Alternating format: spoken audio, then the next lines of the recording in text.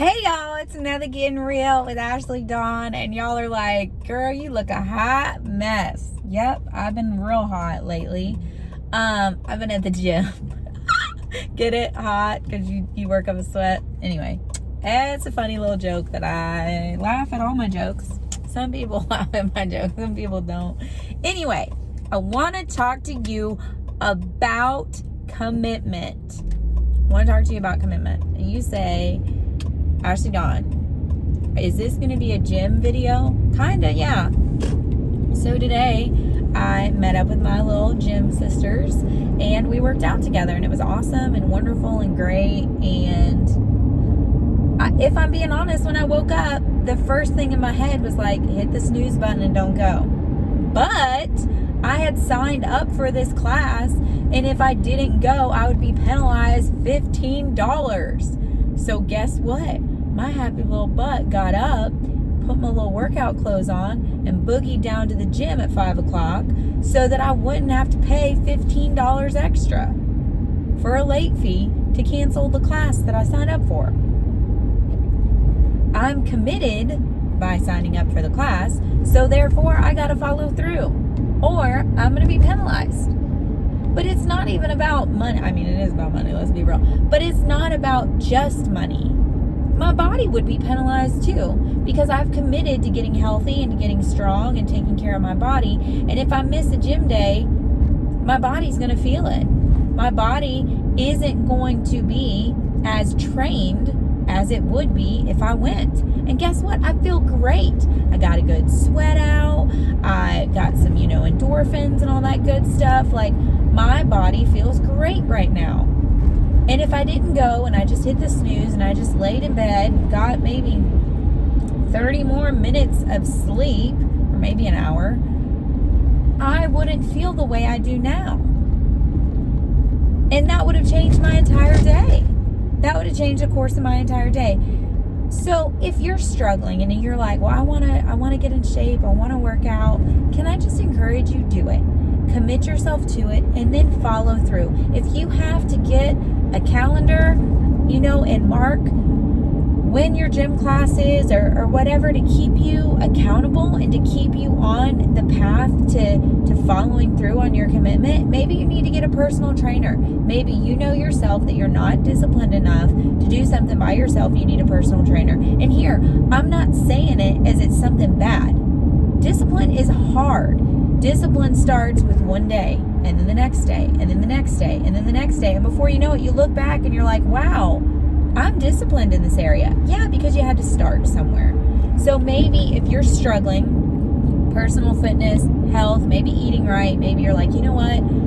I need to eat better. Write it down. Hold yourself accountable. Get an accountability partner. Listen, I have several accountability partners that sometimes I do things that I shouldn't be doing, meaning I accept less than. So I have several accountability partners for when I go on dates, and they check in with me and they say, okay, how was it? How did everything go?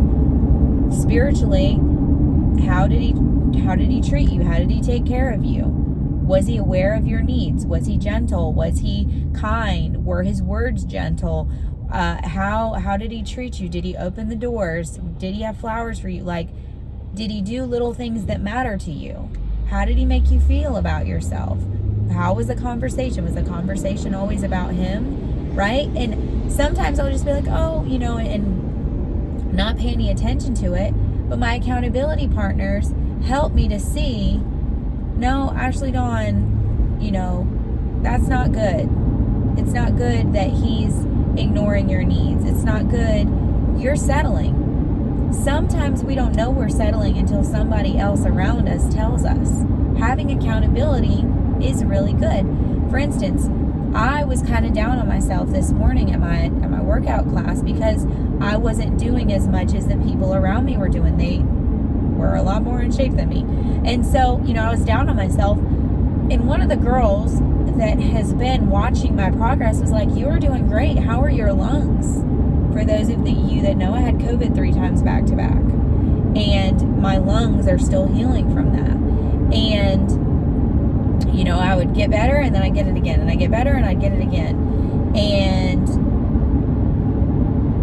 part of me getting fast better. Sometimes I can't go as fast as everybody else goes. Sometimes I gotta kind of take my time and go a little bit slower. And my friend that has been watching me was saying, you did great today.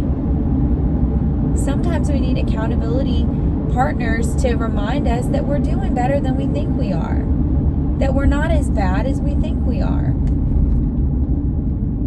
Do you have accountability in your life? Do you have goals and dreams? I'm in a couple writing groups, and they're keeping me accountable. Hey, have you written this week? Have you worked on your book? You need to work on your book. And they encourage me. People say, well, Ashleydawn, I want to be like you. Well, get some encouragers around you. Pastor Russ preached a sermon 1.5 years ago about Barnabas, an encourager. Having encouragers in your life will help you get to where you want to go. You're not going to be able to get there by yourself. If you're a self-starter and a self-motivator and you're self-disciplined, great. But you're still going to need people along the way to help you. Listen, life is about people. It's about community. Remember that old saying, it takes a village to raise a child? It does. You look at my life and you say, well, Ashleydawn, you turned out pretty good. Yeah, my parents had a village.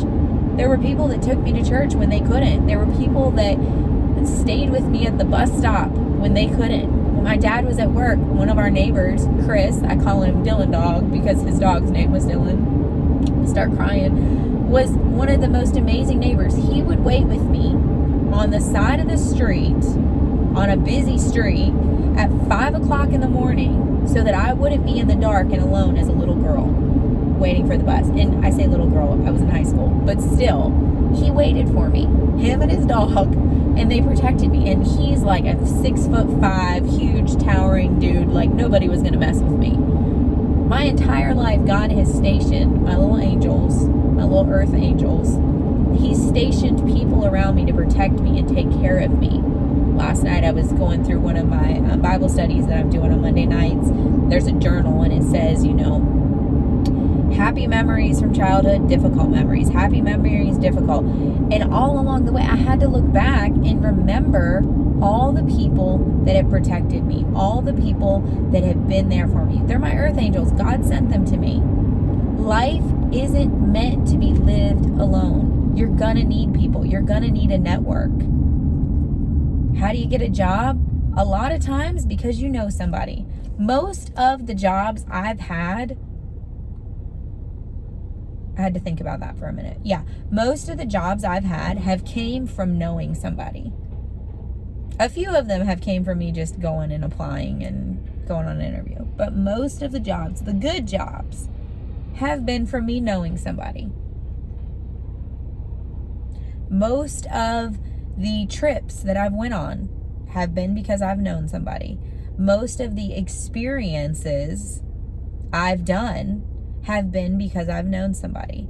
Now, granted, I go a lot of places by myself and I do a lot of things by myself, but most of them, somebody introduced me to somebody that introduced me to somebody. My writing group. I would not be going to my writing group if it wasn't for my friend Robin, who literally has been over and over and over inviting me for like 2 years and I never went, and I'm finally going. And it wouldn't have started without her friend Michaela, who I also met from church.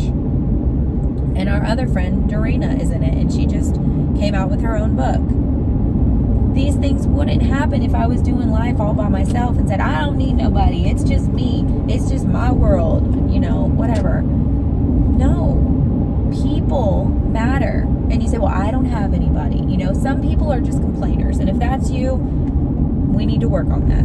But some people just complain and complain and complain, and they always have something to complain about. Stop it. You're repelling people away from you. The spirit of complaint, the spirit of not enough. It's not a blessing. And especially if you call yourself a Christian and you're constantly complaining and constantly, saying that what God's given you isn't enough.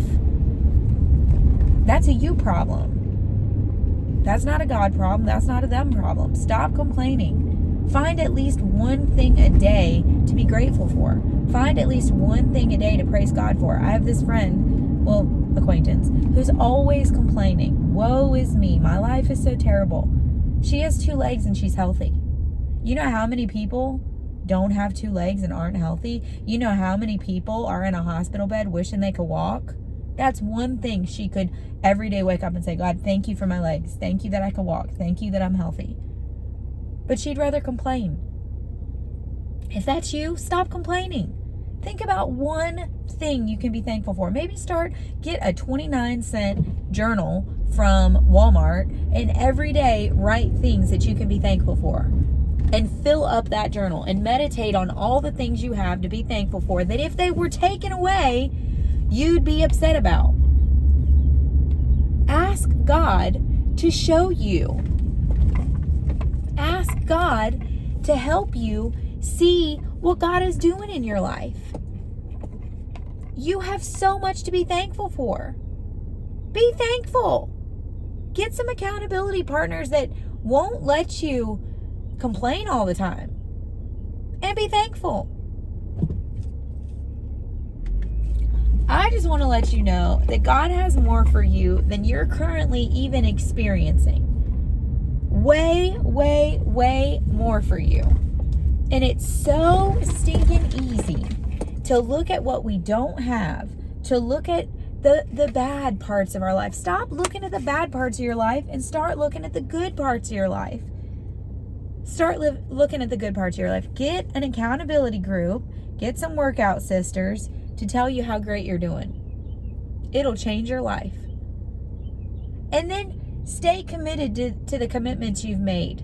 If you've committed to go to the gym, go. If you've committed to eat healthy, eat healthy. If you've committed to be at work an hour early or 15 minutes early or however, do that. Stay true to your commitments and get accountability partners in your life that will keep you accountable and will help you to keep your commitments. I love you. God loves you more. You are seen. You are celebrated. You are loved. God has more for you. I posted on my Facebook. Today is the day you prayed about yesterday. Don't waste it. Today's a blessing and a gift that a lot of people don't have. Don't waste it. I love you. I got to get some gas, but don't waste your day. Okay? I'll catch you in the next one.